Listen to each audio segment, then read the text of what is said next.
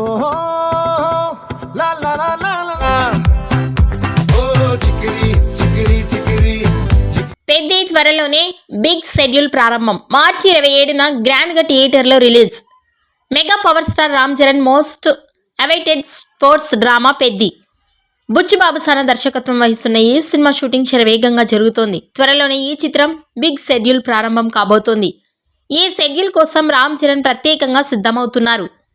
తాజాగా విడుదలైన స్టిల్లో రామ్ చరణ్ బీస్ట్ మోడ్లో కనిపించి అందరిని ఆశ్చర్యపరిచారు.